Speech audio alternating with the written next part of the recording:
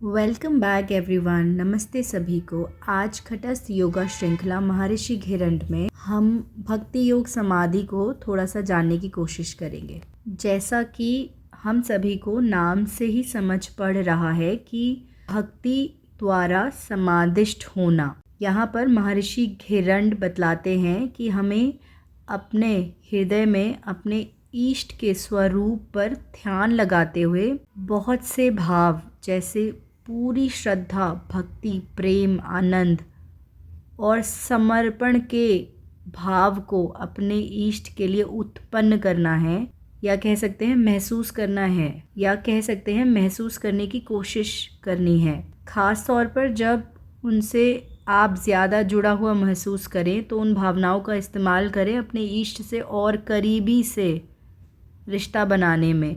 यहाँ पर हम इष्ट देव को ऐसे भी समझ सकते हैं जैसे हमारे कोई गुरु या कोई हमारे जीवन का ऐसा व्यक्ति जिस पर हमारा पूर्ण प्रेम और भरोसा हो, या फिर अल्लाह, ईश्वर, भगवान जिससे हमें उम्मीद हो, या फिर हम सभी के इष्ट देव होते हैं। और हमारे भावों में इतनी सच्चाई, सत्यता होनी चाहिए कि आनंद के आंसू बहने लगें और शरीर कांपने लगे। इस आनंदमयी भावुक अवस्था में अपने इष्ट के लिए आनंदमयी होकर भक्ति योग समाधि को हम प्राप्त कर सकते हैं। भक्ति योग समाधि में भावुक व्यक्तियों के लिए विधि बताई गई है।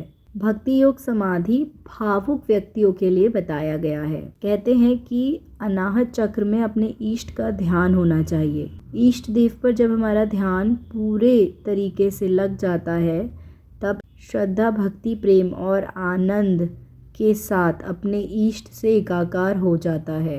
क्योंकि हम मनुष्यों की तरह तरह की प्रकृति होती है, तो साधकों को गुरु ध्यान अवस्था के समय अलग अलग निर्देश देते हैं। जैसे भक्ति योग समाधि में भावुक या कोमल हृदय वाले व्यक्ति सही रहते हैं, क्योंकि कभी कभी संसारिक जीवन में इस प्रकार के शुद्ध और कोमल भावना बाधा के रूप में सामने आती है।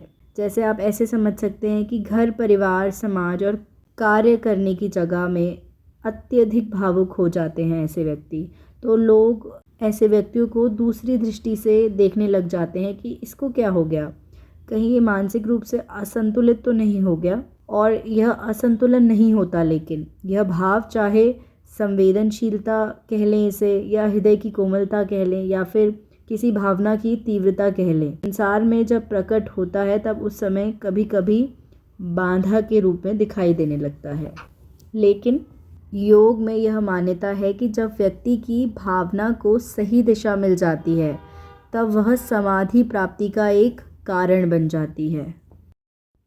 यहाँ तक सुनने के लिए आप सभी का बहुत धन्यवाद। अब कल भक्ति योग समाधि को ही जारी रखेंगे।